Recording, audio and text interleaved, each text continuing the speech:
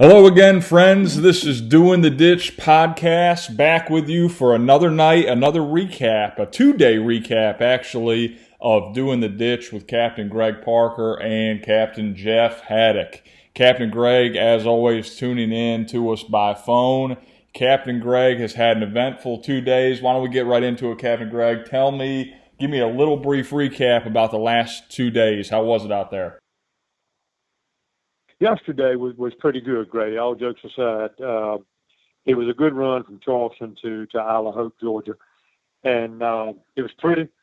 There were several areas that got a little lumpy because of the wind and the front that's been going up the East Coast.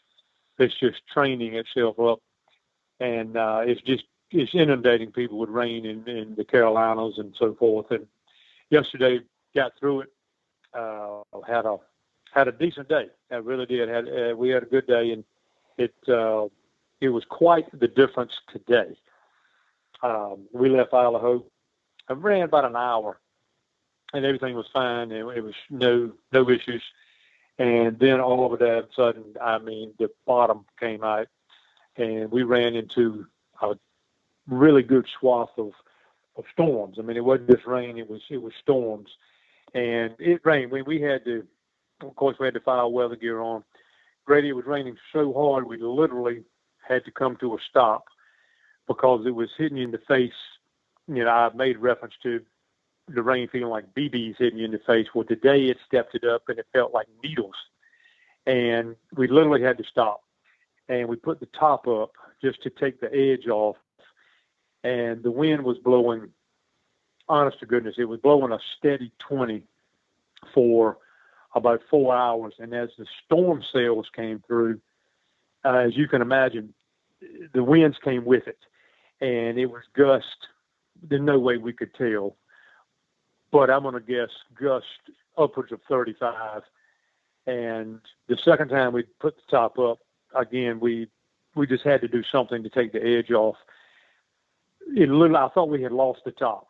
I mean, it was actually bending and moving, and it was blown straight up as if it was being sucked off the boat. And I don't think it bent the top, but to be perfectly honest, at that point in time, I didn't care if it bent it.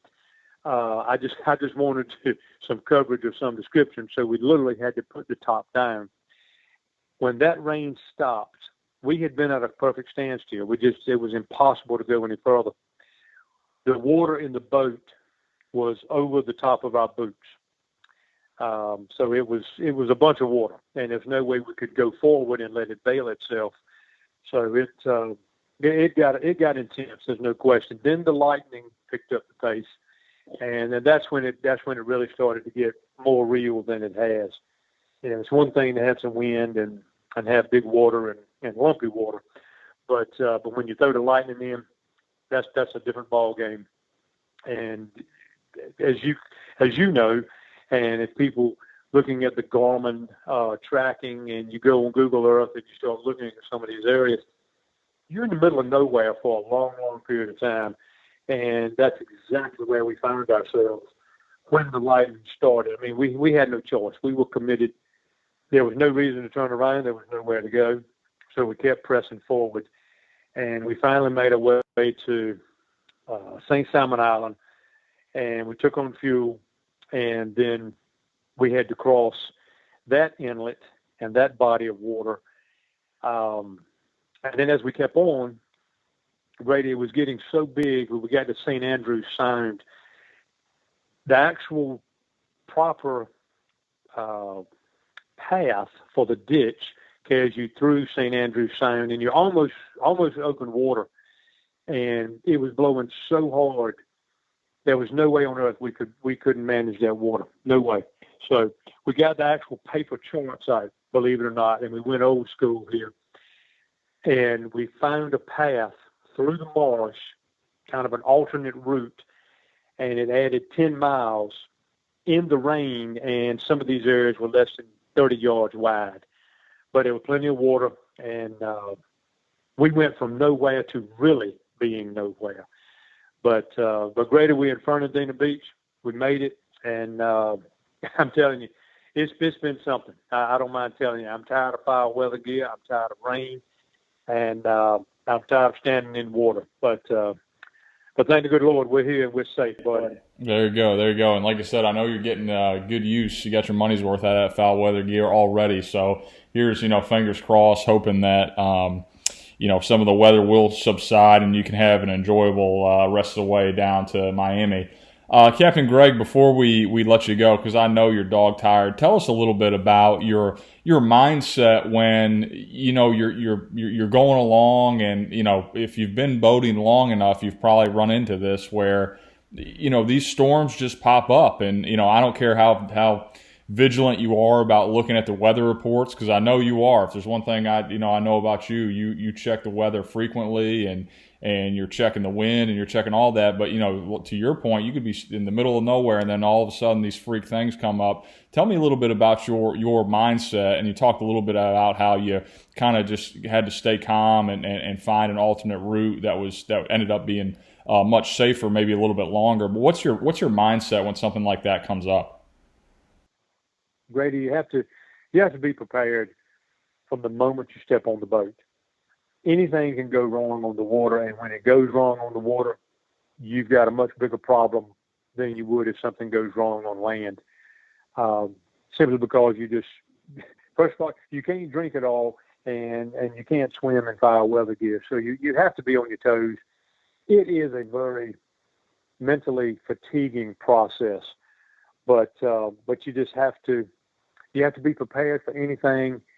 And if you don't get anything, well, good. You were prepared. You were on your toes, but you don't have a choice but to be vigilant as to how you're going to approach a situation. Communication is the key. And before I leave the dock with anybody, and you've seen this firsthand when you and I were leaving the dock, I'm going to talk to you about how we're going to leave it. Will we leave stern first, bow first? What line do we take off first? How do we approach the ramp coming back? We discuss everything before we leave the dock, and Jeff and I are treating this no different. And we had talked about how we wanted to do it, where we stowed the gear to get to it quickly. It's a process. It's a process, but it's a mindset. And once you get in that mindset, you can't go wrong. I mean, things can go haywire, but if you're already on your toes, you're already anticipating, then at least you can stay calm to the point of making a decision. And that's the key. Stay calm, make a sound decision, and then commit to it. That's the mindset. Right. No, that makes sense. Like I said, and kudos to you guys for, getting there safely and doing what you needed to do. And like you say, communication is key with everybody on board. Well, Captain Greg, tell us a little bit about what your plan is for tomorrow. If all, things go well, and hopefully, like I said, fingers crossed, you don't get any weather. Where would you like to be by the end of tomorrow night? The ultimate goal is to end up in Daytona. We're going to go to we're actually going to be at the Cock House Marina in St. Augustine, taking on fuel. And the first half of that run is approximately 60 miles. And then once we do that, then we're going to make our way to Daytona. And that's another roughly 55, 56 miles. So it's not an extremely long day. But again, the weather makes it long. There's no question. I mean, you can run in good water, good weather, and everything works like clockwork, and you've had a great day. Well, as long as you get to where you're going safely, you've had a great day. But the ultimate destination is Daytona Beach. Awesome. Well, like I said, fingers crossed that you have good weather and certainly have safe travels. Captain Greg, we know that you and Jeff are dog tired. We do appreciate you taking a little bit of time to talk with us and check in. We'll let you, like I said, get the head on the pillow and get some rest before you take off, I know, early tomorrow. Those of you listening in, please continue to spread the word Like, comment, subscribe. Visit doingtheditch.com. That's where we house just about everything. You can find out where Captain Greg and Captain Jeff are via Garmin Explorer. Really nice feature. Lets you know exactly where they are in real time. Definitely continue to follow along. You can find our podcasts on Spotify, Apple Podcasts, Google Podcasts, wherever you get your podcasts. I bet you can find Doing the Ditch. Continue to follow along, listen, and reach out and contact us. For Captain Greg, my name is Grady Edwards of Waterman Media. Again, encouraging you, don't wait to live. Reach out and grab it all.